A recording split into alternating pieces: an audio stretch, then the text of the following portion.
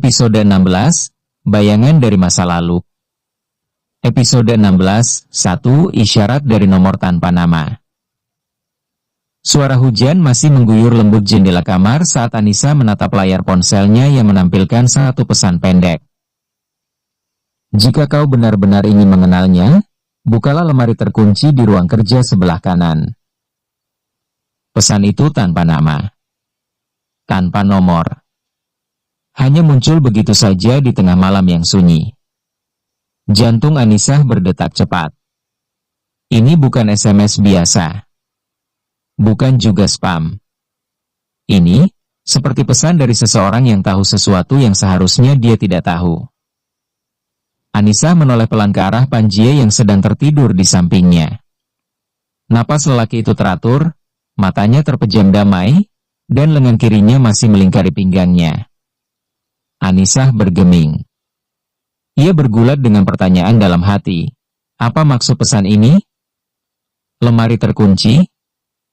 Ruang kerja sebelah kanan? Apa ini semacam teriak-surehan versi pernikahan? Gumamnya lirih, berusaha bercanda pada dirinya sendiri, walau tubuhnya mulai diselimuti kegelisahan. Anissa menatap Panjie lagi. Mencoba mencari petunjuk di wajah tenangnya. Mas, bisiknya pelan. Panjie menggeliat sebentar, lalu kembali diam. Ia pun akhirnya memberanikan diri untuk perlahan bangkit. Langkahnya pelan. Ia memakai hoodie kebesaran dan sandal bulu berbentuk kelinci yang agak aneh jika dipakai di tengah situasi tegang begini. Tapi ya, itulah Anissa. Tap, tap, tap.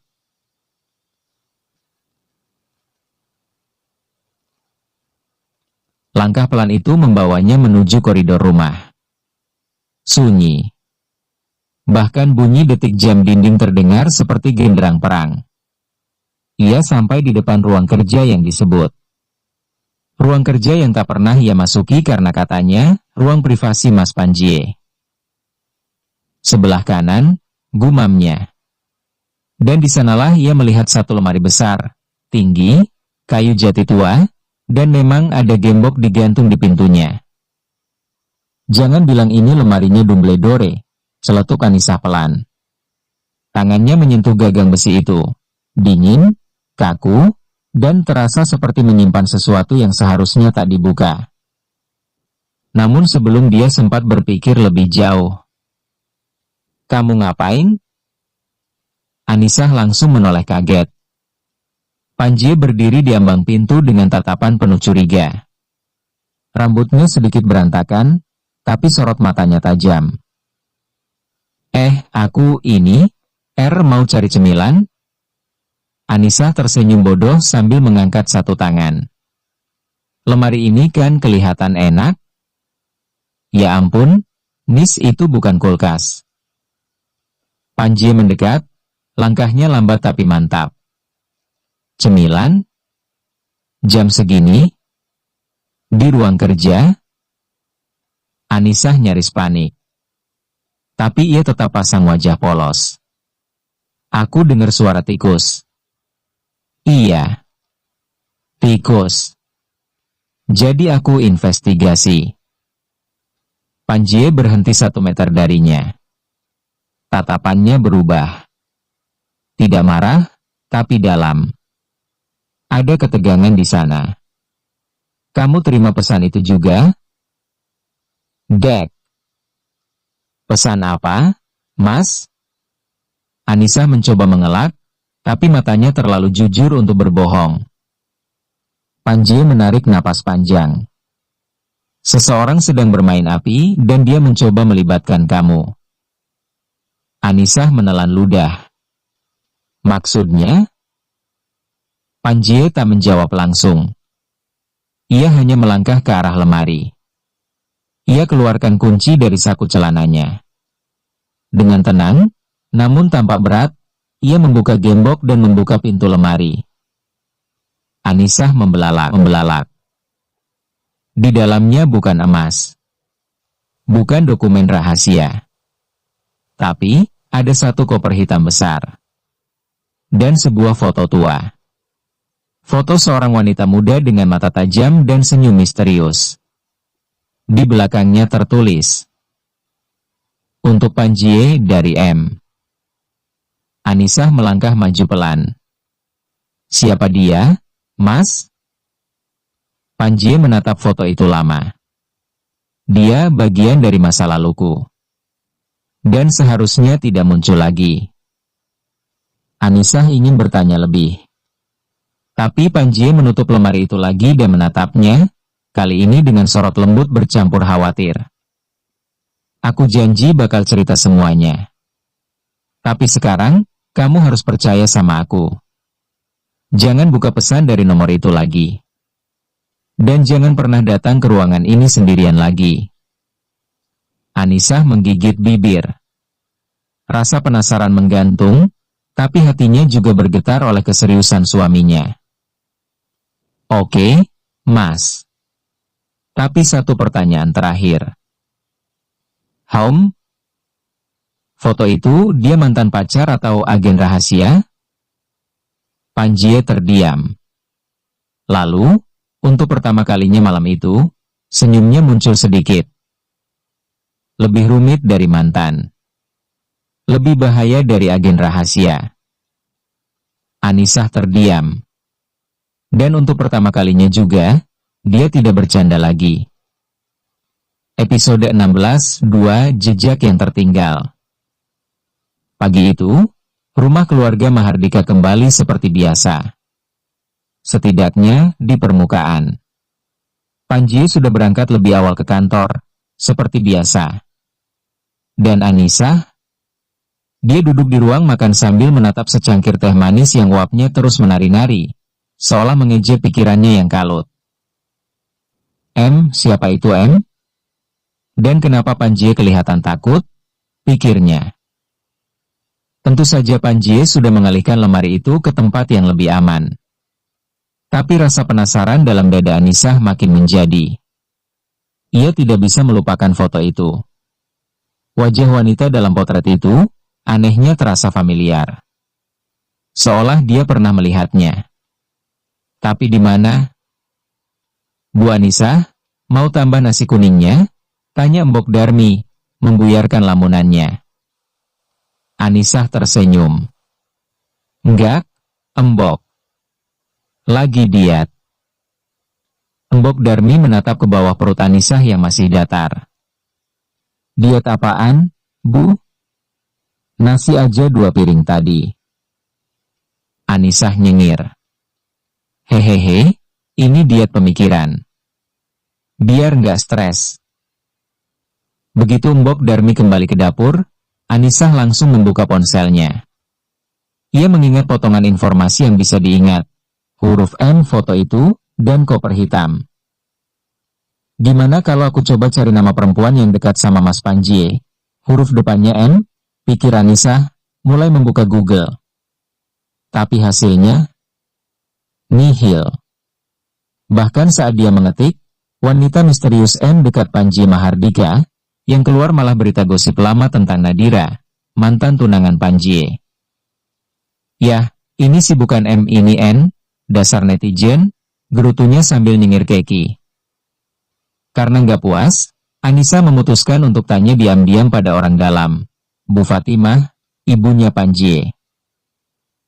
Sore harinya, Anissa sudah duduk di teras rumah bersama Bu Fatimah, berpura-pura santai sambil mengupas jeruk. Tapi matanya waspada. Gayanya mirip agen FBI yang sedang menyusun strategi interogasi. "Bu, boleh nanya sesuatu nggak?" pancingnya pelan. "Boleh, Nak." "Tentang apa?" soal MES Panji. Waktu beliau muda, apa pernah dekat sama cewek berinisial M? Bu Fatimah menatapnya cepat. Anissa langsung panik. Aku bukan curiga ya Bu. Cuma, penasaran. Aku kan istri yang pengen tahu sejarah hidup suami dong." Bu Fatimah tertawa pelan. Tapi matanya menyipit. "Kamu nemu sesuatu ya?" Waduh, ketahuan. Anissa tersedak jeruknya sendiri. Enggak kok. Cuma, mimpi. Iya, tadi malam mimpi aneh. Ada huruf M terus ada, lemari. Bu Fatimah mendesah. Ia meletakkan jeruk yang sudah dikupas di piring, lalu menatap menantunya. M itu mungkin Melanie. Anissa membeku. Melanie? Iya. Dulu dia pernah dekat dengan keluarga kami. Sahabat bisnis ayahnya Panji. Tapi setelah kejadian itu, semuanya berubah. Kejadian, dia menghilang. Secara misterius. Gak pernah ada kabar. Bahkan keluarganya pun kehilangan jejak. Dek. Bulir dingin muncul di tengkuk Anissa. Dia ada hubungan khusus sama Mas Panji? Bu Fatimah tak menjawab langsung. Ia hanya berkata lirih, dia lebih dari sekadar masa lalu. Malam harinya. Anissa duduk di kamarnya sendiri. Panji belum pulang. Dan isi kepalanya makin riuh. Ia buka kembali pesan misterius semalam. Ia cek dan terkejut. Pesannya menghilang. Tidak ada lagi jejak di riwayat. Tidak ada nomor. Tidak ada bekas pesan. Seolah tidak pernah dikirim. Ya Allah, ini kayak cerita-cerita di film thriller, pikirnya, bulu kuduk mulai berdiri. Tapi sebelum ia sempat panik lebih jauh, ponselnya kembali menyala. Satu pesan baru masuk. Kau mulai menyusun potongan puzzle itu. Tapi kau belum tahu apa yang sebenarnya terjadi di malam itu, di villa tua milik Mahardika. Mata Anissa membelalak. Kali ini, ia benar-benar tidak bisa pura-pura santai lagi. Bab ini menyiapkan panggung untuk misteri yang lebih dalam. Siapa Melanie sebenarnya? Apa yang terjadi di villa tua milik keluarga Mahardika? Dan kenapa Anissa dijadikan target? Episode 16. 3 villa yang terkubur dalam ingatan. Pagi itu mendung masih menggantung, tapi suasana hati Anissa jauh lebih kelabu. Ia duduk termenung di sofa ruang tengah. Pesan dari pengirim misterius masih membekas jelas di kepala. Villa tua milik Mahardika. Villa? Kapan Panji pernah cerita tentang villa? Panji baru turun dari tangga, tampak segar dengan kemeja putih dan rambut disisir rapi, tapi wajahnya sedikit letih. Mungkin karena malam sebelumnya dia pulang larut. Atau karena rahasia yang disimpannya terlalu berat. Anissa mencoba bersikap biasa, tapi gagal total. Tatapannya menelisik, seperti detektif yang baru nemu motif pembunuhan. Mas, panggilnya pelan. Panji melirik sekilas sambil memasang jam tangan. Punya villa ya? Panji terhenti. Sekian detik hening. Siapa yang bilang? Tanyanya tanpa menoleh. Google. Panji mendengus. Google nggak tahu semua hal. Kalau begitu, yang malam itu, di villa tua, itu maksudnya apa? Mas? Tanya Anissa tanpa basa-basi. Suaranya mulai bergetar. Panji berbalik perlahan, menatap istrinya dalam-dalam. Kamu masih lihat pesan itu? Mas!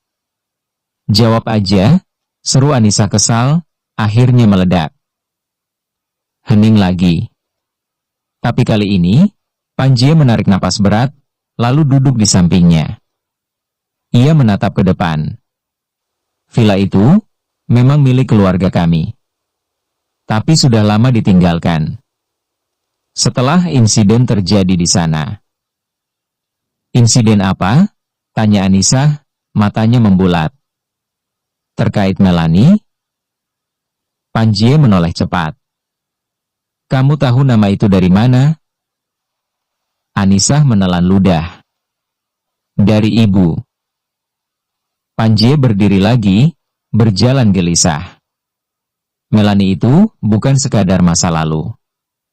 Dia bagian dari luka yang belum sembuh. Anissa berdiri, mendekatinya. Aku nggak butuh kamu cerita semuanya sekarang. Tapi tolong jangan tutup aku terus, Mas. Aku istrimu, bukan cuma penonton drama masa lalu yang kamu sembunyikan. Panjie menatapnya. Dalam. Kelam. Lalu, pelan-pelan, ia memegang tangan Anissa. Kamu benar. Dek. Aku salah. Aku cuma takut kamu akan pergi kalau kamu tahu semuanya. Dek. Dek. Anissa menggigit bibir, lalu menjawab lirih, aku nggak kemana-mana, Mas. Tapi aku juga bukan boneka pajangan. Kalau kamu takut aku pergi, maka jangan jadikan aku orang terakhir yang tahu tentang hidupmu. Panjie memejamkan mata. Lalu, ia mengangguk. Aku akan ajak kamu ke villa itu. Kita akan buka semuanya. Bareng-bareng. 2 hari kemudian, di sebuah desa pinggir hutan. Villa tua itu berdiri bisu di tengah rimbunan pohon pinus. Dindingnya mulai berlumut, atapnya sebagian runtuh, dan udara di sekitarnya dingin serta lembab. Anissa menggigil, bukan karena cuaca, tapi karena hawa aneh yang menyelimuti tempat itu. Mas, ini beneran tempatnya? Panjie mengangguk. Disinilah semuanya dimulai dan mungkin akan berakhir. Mereka memasuki villa itu. Langit-langit tinggi dengan lampu gantung yang nyaris jatuh. Ada lukisan tua berdebu. Meja kayu besar yang retak. Dan di ujung ruangan, sebuah piano tua. Anissa mendekatinya. Tangannya menyentuh tuts yang sudah kusam. Saat ia menekan satu, suara sumbang terdengar, dan bersamaan dengan itu, terdengar bunyi langkah dari lantai atas. Tok! Tok! Tok! Anissa langsung mencengkeram lengan Panjie. Mas, itu siapa? Panjie memeluknya singkat, lalu berjalan pelan ke tangga. Tunggu di sini? Ya enggak lah. Anissa langsung menyusul. Kalau Mas diculik, terus aku dibilang istri nggak setia karena ninggalin. Gimana? Panjie mendelik singkat. Yang ada nanti kamu kesurupan. Tapi setidaknya aku kesurupan bersama orang yang kucintai. Anissa dan logika romantis horor versi dia. Panjie nyaris tertawa, tapi langkahnya tetap mantap naik ke lantai 2. Dan di sanalah mereka menemukan satu kamar yang pintunya terbuka, padahal sebelumnya tertutup rapat. Begitu mereka melangkah masuk, bau menyengat menyambut. Dan di tengah kamar, berdiri sebuah lukisan besar yang dibungkus kain putih. Panjie menatap lukisan itu. Lukisan ini dulu dipesan khusus saat dia masih hidup. Dia, Melanie. Anissa menahan napas. Dengan perlahan, Panjie menarik kain penutup itu. Dan di baliknya terlihat lukisan seorang wanita muda, dengan mata tajam, senyum misterius, dan mengenakan gaun yang sangat familiar. Anissa mengerjap. Gaun ini kayak yang ada di foto di lemari itu, Mas. Panjie menunduk. Itu karena foto itu diambil malam sebelum dia menghilang. Dek. Dan di bawah lukisan itu, tertulis sebuah kalimat dengan tinta merah samar. Jangan percayai apa yang terlihat. Luka lama akan bangkit jika kau membuka yang seharusnya terkubur. Misteri makin dalam, dan rasa penasaran Anissa makin kuat. Tapi kali ini ia sudah memutuskan. Ia akan ikut Panji sampai akhir, meski harus menghadapi masa lalu tergelap.